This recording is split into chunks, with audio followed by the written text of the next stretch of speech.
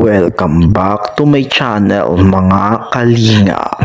Ngayon tutuklasin natin saan nga ba nag-umpisa ang lahat ng issue kay Joy at Jomar. Dito sa Fast Talk kay Jomar ni Kalingap Dan, malalaman natin ang lahat. Panoorin natin itong video at tutuklasin natin mamaya ang katotohanan at ang mga kasinungalingan. Tara! Depende kasi yan sa sa mood tawag yan, mood nung environment. Kasi di natin alam kung saan ba i-shoot. Tama. Di ba? So, pa-iba-iba. Kaya hindi yan napapagandaan. Ano nga tawag doon? Yung impromptu rin kasi yan. Opo. So, on the spot, on the spot lang. Basta ready ka. Basta ready. Always ready. Always ready. Ano pa bang paghahanda? Siguro, sa pagsakasutan siguro, yung tipong minsan, ako po mga kalingap, sa totoo lang po, ayoko po masyadong magsusuot ng Hindi ka masyadong pumoporma. Yung pumoporma ba po masyado? Kasi parang init ako lagi. Napakainit pa naman dito. Napakainit pa naman dito. Kung pwede nga lang shorts lang tapos t-shirt. Pero pangit naman pag ganun. Siyempre kailangan din naman nating mag-effort sa mga manonood. Tama. No. Para presentable. Para presentable naman po. Pero yun. So, ganun ka mag-prepare. Prepare po. Kuya Jomar, ano ba ang nararamdaman mo? Kunyari, after ng vlog, di ba? Tapos na yung eksena nyo. Oo. Anong feeling mo? Feeling mo ba maganda yung ginawa mong part na to? Or may kulang pa? Minsan mapapasip ko, okay, parang maganda yung namin, yung pag-shoot. Minsan yun nga, sabi mo, ay, parang kulang, parang nabibitin ako sa ginawa namin. Pero pag gano'n naman, pag nabibitin ako, sabi ko, sige, next time na lang ulit. Next time, i-improve pa natin. Kumbaga, may tipong Kung ano yung pagkukulang mo? Pagkukulang, dapat maanan yun, mapunuan. Or kaya kung pwede lagpasan. Tama. So yun. Anong feeling naman, kunyari, di ba, premiere lagi ni Kalinga Prab, kinakabahan ka ba or masyado ka bang nakadepende sa sasabihin ng mga nanonood, yung mga opinions nila, natatakot ka ba na baka may negative, ganun ba yung nararamdaman mo? Actually, mixed emotion po siya mga Kalingap. Pag mag-premiere, meron excitement. Andun na yung excitement lagi.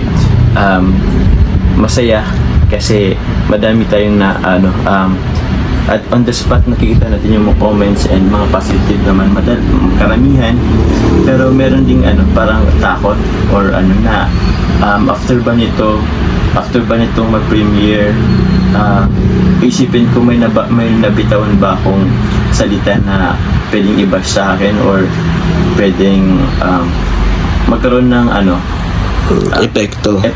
Negative effect sa mga manonood. Kasi akala natin kasi minsan may mga sinasabi tayo na okay lang, pero sa iba pala naka-offend ka tayo. So masyado din kayong nag-iingat. No? Ang hirap din kasing mag-ingat ang sasabihin mo. Parang that's filtered lagi. Opo. Hindi naman to para sa sarili mo, para din sa mga nanonood na syempre may mga bata, may mga matatanda. So kailangan mo laging isipin yung bawat sasabihin mo. Isipin talaga mabuti. As much as possible, iwasan natin maka-offend. Or lalo sa kultura. Kasi iba-ibang kultura yung inaano natin. Tawag niyan, kinagisnan. Pero yun nga, super ingat din talaga po, Kalingap Dan. Pero ang pinakamaganda kasi sa inyo ay walang script. Walang script. Natural din talaga. Siguro isa rin yan sa mga nagustuhan ng mga viewers na wala kayong halong plastikan sa camera. Talagang kung ano kayo, ganun talaga. Ikaw, ganyan ka naman talaga, Kuya Jomar, no? Kung ano yung acting mo sa camera, ganun ka rin as Jomar talaga. As Jomar. As kay Carla, ano ka ba kay Carla? Formal ka ba masyado? Pag magkausap kayo? As kuya ka na talaga, ganun? Pag kami magkausap na as kuya or Pero pag sa kasi, iba na kasi pag sa serye. Iba ba? Yung tipong kailangan mong siyempre dagdag ng kilig. Pero hindi parang natural, almost natural lang din naman. Opo. Ano ba feeling ikaw ang isa sa mga leading man ngayon na inaabangan? Gusto ako kasi hindi ko alam yung ganyang feeling. Parang para sa akin at nakaka-pressure ba to or ano ba ang pakiramdam na madaming humahanga sa inyo, gano'n. Ano feeling niya? Oo. Tawag yan. Ewan ko, parang ayoko masyadong isipin na leading man. Alam mo, tipong... Pero sabi kasi nila, isa ako sa leading man. Oo, ikaw na talaga eh. Kasi sino-sino ba niya? Si Edu, Sabagay. si David, Okay. sino pa? Si Ruel, di ba? Si Ruel, Insan oo. Ruel. Hmm. Kayo ang mga nagpakilig sa mga supporters ng Kalingap. Na hanggang ngayon ay nandiyan pa din sila Ruel. Oo, nadagdagan nga si Cedric. Ayun, meron pa si Cedric, di ba? Oo, pero yun. Hindi ka ba nape-pressure na kayo ang mga magkakaliling, hindi ka ba nape-pressure na ay kailangan kong galingan? Merong ganong parang merong ganong mindset na dapat mong galingan. Pero Walang kompetensya. walang kompetensya. Yeah. Alam mo yung tipong galingan mo para na lang din sa sarili mo. Para sa viewers. Oo. Kasi sila Ruel, sila David, I mean, ano yan. Given na. Given at saka hindi sila competition. Yan. Ang ano lang namin dito is makapagpasaya sa mga viewers. Yun po. Parang ganun. Gagalingan namin para sa inyo. Tama. Hindi para sa higitan to. Hindi para sa higitan or Kung mas galingan nila sa amin, or wala kasi. Suportahan natin sila. Suportahan po tayo. Ganyan tayo sa Ganyan tayo sa Kalingap na walang division, walang kompetensya. Ilan pataas. Tama. Oo. Ayun. So, salamat Kuya Jomar. Ano ang gusto mong sabihin kay Kalingap Rab na okay. nagtiwala siya sa'yo. Yun. Na ngayon, ayan na. Yun Naging na. successful ang inyong love team. Siyempre, atik ko na din itong opportunity po para magpasalamat. Siyempre, unahin ko muna po yung ama ng Kalingap na si Kuya Bal Santos Matubang at si Ate Edna Vlogs. And kay Jack, isama na rin natin kasi si Jack, din natin yan. Pero sa ngayon po, gusto ko talagang magbigay pasalamat po kay Kalingap Rab kasi binigyan tayo ng ganitong opportunity. Sobrang laki bro ng opportunity na tingin niya sa akin. So, thankful ako sa kanya, sa iyo. Tapos, sa pagtiwala sa ganitong serye. Yun, maraming salamat po, Kalingap Rab. At syempre, Kuya Kulabal, syempre. And Tapos, na lang. sa nyo, Jomcar community. Yun, una kay Carla. Ay, syempre kay Carla kasi na rin yan eh. Pero, salamat ako sa mga sumusuporta po ng Jomcar. Lalo na po yung mga solid Jomcar fans. Yung, andyan po yung Jomcar 18. Team Jomcar 18. Yun po. Yung Team Jomcar community. Tapos, madami pa. Jomcar, mas marami pang kasi di ko kasi yung ibang community ng Jomcar. Hindi ko po natandaan po yung iba pong pangalan ng community ng Jomcar. Pero yun, papasalamat po ako. And sana po patuloy niyo pong subaybayan po ang serye po ng Jomcar. Pero bukod po doon, andun naman ang Joyride, ang Cedros, and sa mga okay. Beyonce. Si Edo at si Beyonce. At saka ibang mga upload ni Kalingap Rab na hindi serye. Kasi sana po supportan nyo kasi yan po ay nakatulong sa atin para makapagbigay po ng tulong sa kapwa po natin at the same time sa mga beneficiaries po natin. Kaya yun po, sana po magpapasalamat din po ako sa mga hindi po nag-skip ng ads kasi yun po, laking tulong po din talaga yan.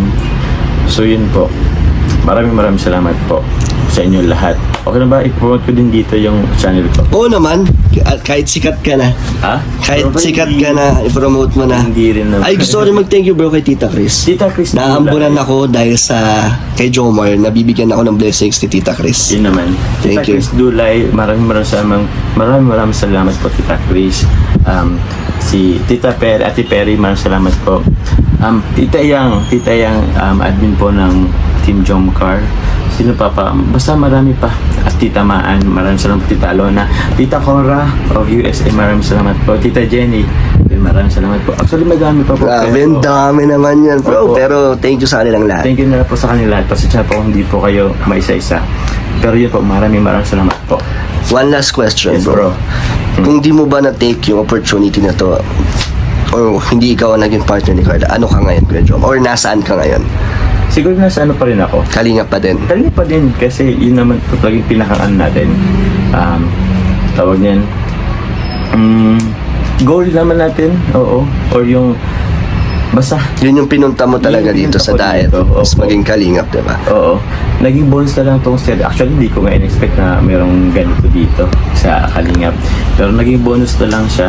Siguro hindi pa ganun kalaki ang subscriber ko if ever walang serye. Okay. Pero still, thankful pa rin ako kahit mag-ilan man yan. Kaya yun. Pero yun, siguro, Ano ka, parang continue lang din. continue lang kung ano man yung status mo kung hindi ka man naging Oo naman po. love team ni Carla. Opo. Tuloy Kung pa ano rin. lang. Opo. Kumbaga resourceful lang po tayo. Parang ganun. Kung ano yung meron, pwede ibigay. Okay. Oo. Ang kagandahan kasi dahil sa serye, mas nadagdagan yung yung support ba. Kaya mas malaki-laki rin pwede yung i-ano natin. Mas napabilis ang pag-angat. Parang napabilis po. Okay, so thank you. Bro, meron akong Thank you, bro. onting fast talk sa'yo. Oh bro, ano Sagutin mo naman to. yan? Fast talk to, ha? Oh, sige. Mataba, payat. Pakyat. Payat. Maputi, maitim. Ha? Maputi o maitim? Maputi. Maputi. Hmm. Long hair, short hair. Long hair. Tahimik, maingay. Ah? Tahimik or maingay? Gusto kong maingay na. Maingay. Masungit or palangiti? Parang ito, syempre. Moody or masyadong sweet? Ay, sakto lang. Sakto lang. Oo. Okay naman yun, no? Ayoko ng moody. Yung masyadong sweet. May, ayaw mo din. Ayaw din naman masyadong Pangit sweet. pag sobra-sobra eh. No? Pangit din pag So, gitna lang. Gitna lang. Okay, matangkad maliit. Matangkad. Mabango or sakto lang? Mabango. Ito, Ano pa? career or passion? Career or passion? Siguro passion. Ano ang passion mo? Yung pagtulong. Yan! Ang galing talaga ni Kuya Joe. Nakuha mo ang gusto kong sagot. Ay, yun ba yung... Kasi parang ano na lang din yan. Parang yung passion mo, pag ginagawa mo, parang nagiging career na rin siya. Career mo na. Kinakal mo na rin kasi. Oo. Okay, so ayun lang ko Kuya Joe Mark. Ayan, mga kalingap, nakita natin at narinig mula kay Jomar na siya ay hindi in love kay Carla. Si Carla ay isa lamang importanteng tao para sa kanya. Ngunit kung ating iisipin, naging importante lamang si Carla dahil siya ang dahilan sa kasikatan ngayon na tinatamo ni Jomar. Alam ko at batid ko na maraming magagalit at maiinis sa akin. Ngunit gusto ko lang mabuksan ang inyong isipan para inyong malaman ang katotohanan. Sinabi rin ni Jomar na impromptu lang ang lahat. Ibig sabihin, kapag naka-on na ang camera, ay iisip na siya ng kanyang sasabihin at pag-arte. Nabanggit din ni Jomar na ginagawa lang nila iyon para sumaya ang mga fans, para mabilog ang ulo ng mga fans at siya ay suportahan sa kanyang sariling vlog. Kung ating papakinggan ng fast talk na ginawa kay Jomar, ang gusto niyang babae ay matangkad, maputi, sexy, at yung mga katangian na iyon ay wala kay Carla. Alam naman natin na ang gusto ni Jomar ay mahaba ang buhok, at kung malalaman ninyo nung nakita si Joy Diwata ay mahaba ang buhok nito. Si Joy Diwata rin ay ay palangiti at yun ang gusto ni Jomar. Batid naman ng ating mga mata na si Joy ay napakaputi, kaya alam natin na silang dalawa ay may tinatago. Kayo na ang bahalang humusga. Ang akin lang ay katotohanan. I-subscribe nyo lang ang aking channel at bibigyan ko pa kayo ng mga detalye at mga ebidensya patungkol sa kanilang dalawa.